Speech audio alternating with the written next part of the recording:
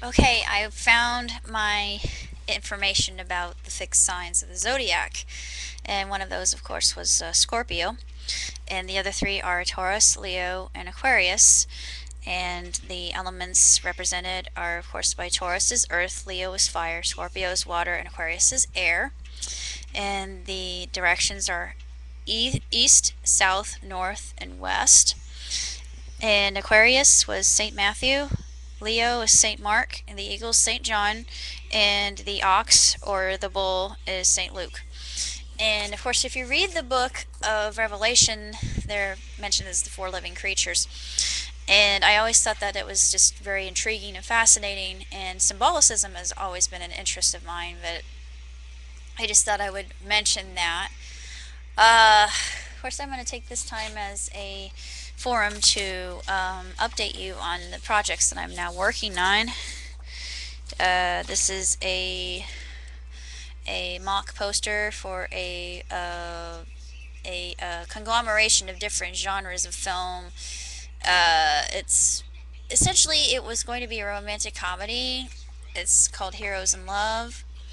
Uh, it's about firefighter who falls in love with a police officer, vice versa. Actually, she doesn't really um, become smitten with him because she feels like she can take care of herself, and she's very resilient and self-reliant, and just she's really not the type to take a handout from anybody because she feels like it would be compromising her character, and she's just a hard-nosed cop, but actually that changes over time. And I did some illustrations of the characters, and that's Hope. Hope is my main heroine, and then Angelo Francesco. Actually, they call him Frank for short, as he really doesn't like to go by Angelo that much. He prefers to go by his middle name, Frank. Um, I am have recently finished the second part of my life of danger uh, trilogy. I'm going to be doing a mock poster for The Legend Lives On, which has a little bit of a supernatural element. That was the supernatural element was given to me by my boyfriend, so thank you so much. It really works, and it just adds a little bit of something different and unique to a film that typically movies don't do this very much because in the movie Casper it didn't really work so well. So I guess people don't want to imitate that or try something similar to that. But this is a lot better, and it's done for comedic effect. And in the second movie, it's kind of a small spoiler, but Jenny, or Miss Danger, she actually gets the title Mrs. Danger later on when she marries. Her mother passes away from pancreatic cancer, and this was taken from my personal experience of having lost my mother from uterine cancer. Both are horrible ways to die, and she goes through her mourning period, and then in the third script, we figure out why her mother gave up her dreams to become the first female daredevil, and Jenny takes up the flag, but only for one last stunt in the World X Games, and to win the award to uh, pale and dwarf all other awards known in the field of extreme sports. You can see she's riding her skateboard. Yeah, she's a boarder. Her mom was an inliner. She's a boarder. Um, and on the back, I've got a new character. His name is Angela. Angela is an interesting character. She's kind of a bookworm. She has a close encounter, and these aliens, they recruit her, saying that her blood is pure, and they're saying that she has the ability to um, maintain the cosmos, the equality of the cosmos, and she turns into Galaxia, or this called Galaxy Angel, which I know is a title of an anime. But it's funny. I actually came up with this screen name when I was on a certain website. It's called Gaia, but I gave that up a long time ago because I just didn't have the free time to go and update all of my status and everything like that. I just have a life outside of that. She's a terrific heroine. She's very humble, and she figures that she does have the ability to save the known cosmos. And of course, you can see the gauntlet on her hand. That's the gauntlet of the cosmos, and I just thought it would be an interesting kind of story, kind of like the Sword and the Stone Arthurian legend, only set in space. Um, I'm not really working on too much of anything else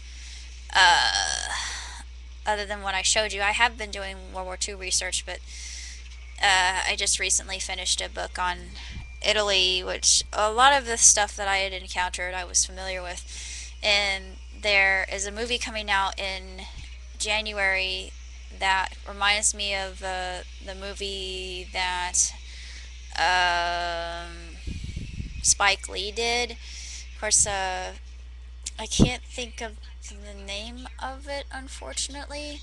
It took place in Italy, and of course, you got these black soldiers fighting in the war, and it was very accurate.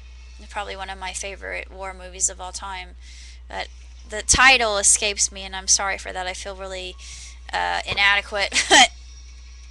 um, this one is called Red Tails, and it's about their aces, and basically they were meant to back up the bombers because the bombers were the heavies, and they even the score and kept the Allies ahead of the game. In other words, and the aces were the ones that were meant to fight off the offensive. They were the offensive, and they were meant to combat the defensive.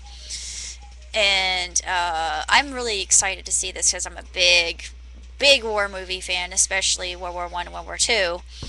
Um, I'm really eager to see it, and of course, I'm looking forward to John Carter. And then there was another film that I can't remember the name of, but it was a movie about two parents who they're not able to have their own child. I can't remember the title of it, but it's supposed to be really good. And after a rainstorm, their child comes in from the cold, and every aspect of that child's life that they put into their box and buried, that child possesses. It's almost like he's the perfect child. Um, and of course, there are quite a few other films that are coming out this year that I'm looking forward to, like Warhorse, especially because you already know I already gave it away. Um, I'm looking forward to the Lorax. Uh, Brave, of course, in the summer, and they had a trailer for The Hobbit, which this is my only nag. Why do they always film the first parts of a series together, and then they decide to film the first?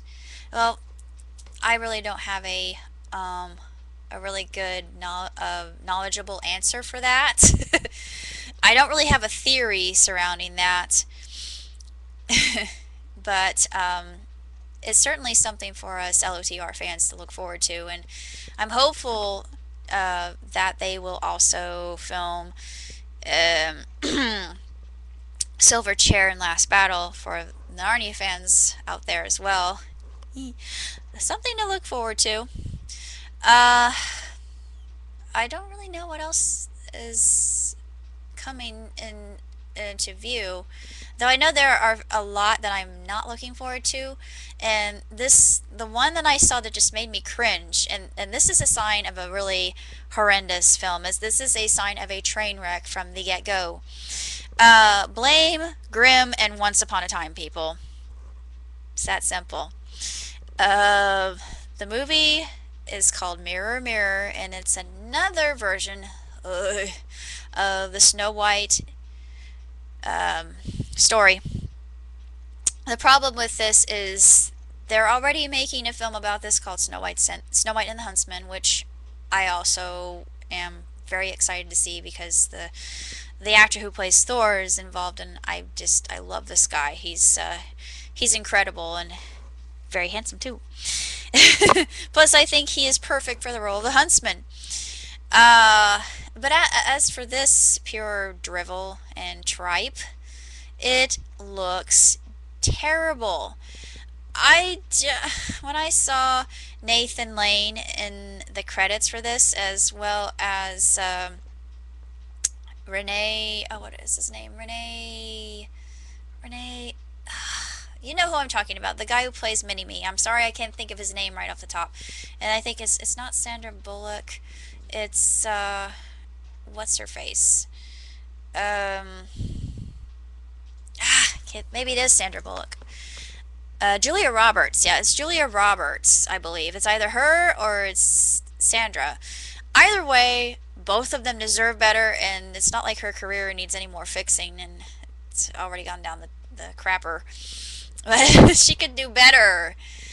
Uh, and some hot guy plays the prince. I don't know who he is, but who cares? It's just, it looks like it's pure dreck, and ugh, awful, awful, just terrible. So that's basically all I have to say about that one. You couldn't bribe unless you had, say, a sack of $200 million. Maybe I would be persuaded to see Mirror Mirror and review it, but not in this lifetime, honey child. No way. Mama don't play that. Um, that's basically all I have to say for my updates and what I'm looking forward to. And I think that 2012 is going to be a pretty exciting year for cinema. At least that's what I hope. So we'll just keep our fingers crossed and we'll see what the future of cinema has to offer us movie buffs.